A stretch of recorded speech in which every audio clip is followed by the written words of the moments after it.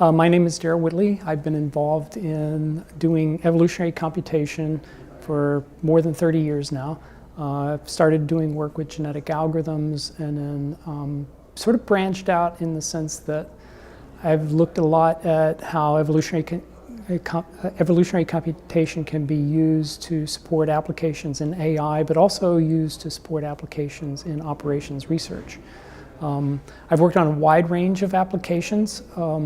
I've worked on satellite scheduling. I helped do some preliminary work tracking junk in space using evolutionary computation and local search methods. And I've worked on things from scheduling paper production to extracting information for geophysical seismic surveys, all of them using evolutionary computation methods.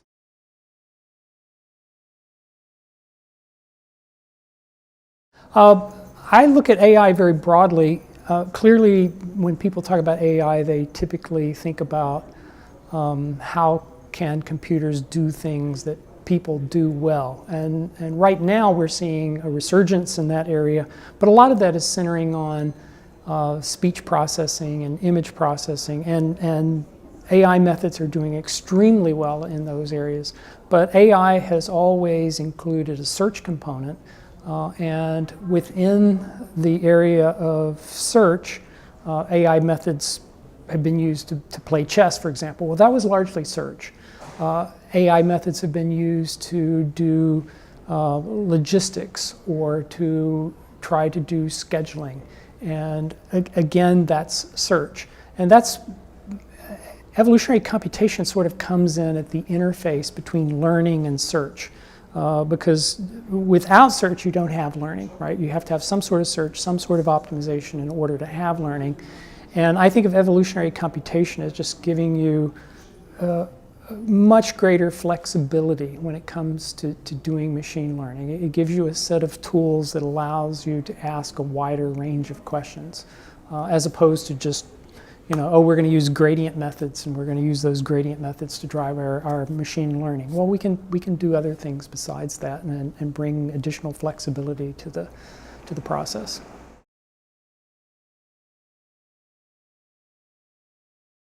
I think we're going to have to earn that one, but I certainly think that there's the potential to come in and say, we know how to configure these systems, or maybe even neural systems in general, in such a way that people are currently doing by hand.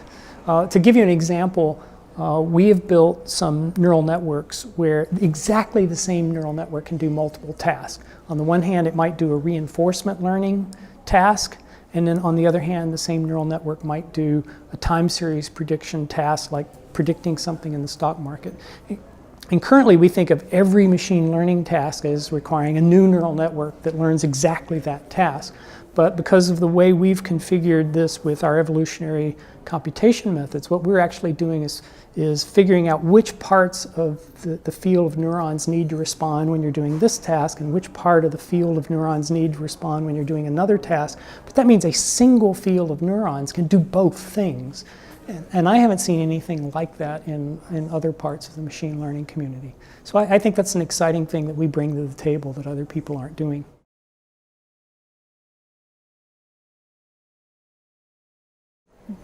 We use a combination of evolutionary computation and also local search methods. But basically, I don't know how many pieces of trash are up there these days. When we were doing this work, I believe we were tracking about 13,000 pieces of junk that's in space. And as you can imagine, if you're going to send a rocket, say, from here up to the space station, you don't want to run into a bolt on the way up that blows a hole into your spaceship or into your shuttlecraft. So it turns out that the space agencies ping every piece of junk in space once a week and go, it's there. Now you might think, well, once you know where it is, everything's fine. The trouble is they don't know exactly what it is, and they don't know exactly what shape it is, and so they can't exactly compute its orbit. And so just because you saw it on Monday, You might not see it 2 weeks from now because depending on its shape and size, you can't compute exactly its future location. So they ping every object, they try to ping every object once a week. But trying to do that as quickly as possible and as efficiently as possible is an optimization problem. If you just randomly ping objects, or if you always pinged objects in the same order, you wouldn't do so very efficiently. It might not seem so at first, but it's like, say you've got a big box and you want to put many small boxes into that big box. Well, how do you get as many little boxes in the big box as possible if the small boxes are different sizes? And scheduling when you look at these objects in space is a very similar problem.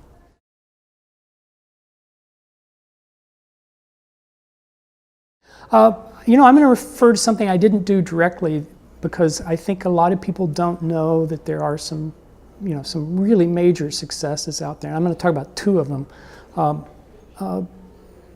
There was a team at General Electric that used genetic algorithms to evolve the engines on the Boeing 777. And I think a lot of people don't know about that, and I thought that was an amazing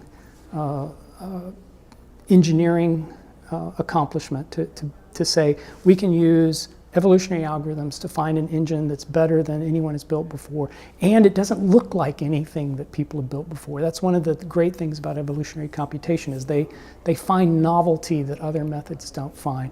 And I didn't do that directly, but they used a steady state genetic algorithm to do that, and I had recently introduced the steady state genetic algorithms, so they used a little bit of my work in doing that.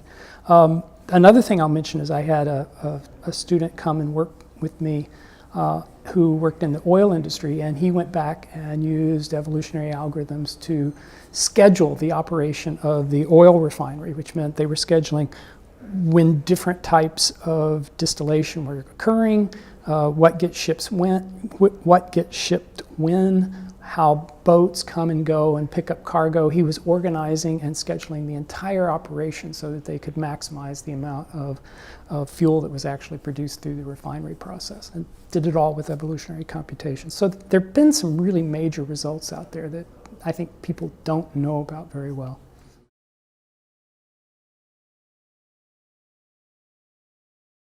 I'm going to talk a little bit about some results that we've developed over the last 5 or 10 years that I think has surprised everyone, which is when you have sufficient problem structure. We normally think of optimization as climbing some sort of surface to a hilltop, right? You can actually show that if you've got sufficient problem structure, you can actually climb to the top of 2 hills and then apply recombination, and you will jump to the top of a new hill.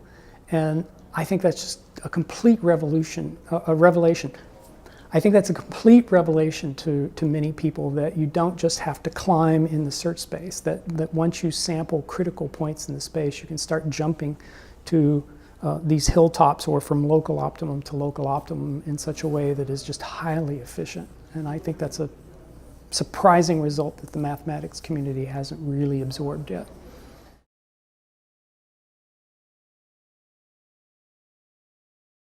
I think the field of evolutionary computation needs to take on some grand challenges, in the sense that in order for the field to really show what it can do and show why other people should be interested in the field, we need to take on problems where people sort of sit up and go, oh, I didn't know you could do that. I didn't know that the field could make those kinds of contributions that the rest of us really care about. I think we've seen a bifurcation in the evolutionary computation community. So on the one hand, you have the people who are doing continuous stuff, and I think the people who are doing continuous optimization, who are using things like the covariance matrix adaptation methods, I think that's just super stuff, and I think that it's incredibly efficient. And then on the flip side of it, I think that we have made some really major innovations in terms of discrete combinatorial optimization. And now we need to take those things and say, all right, how do we move those out to the broader AI community who have lots of problems in machine learning, have lots of problems in feature selection, have lots of problems that where they need these kinds of tools, and we have the methods that I think that they can apply.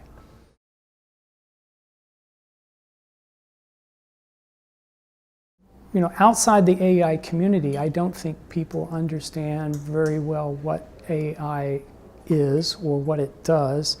And in fact, that's hard because it's not one thing, right? You could be doing product selection with some sort of AI, and that might be very different than doing voice recognition with AI or doing image understanding with AI. AI has always had this problem that it's siloed, right? There's a silo here that does this, and a silo here that does that, and a silo here that does something else. In a sense, the applications themselves are democratizing AI, right? Because you can have on your phone a piece of software that is running an AI method that's going to help you to do image recognition, or that's going to help you do voice recognition. That's the way I see things being democratized right now.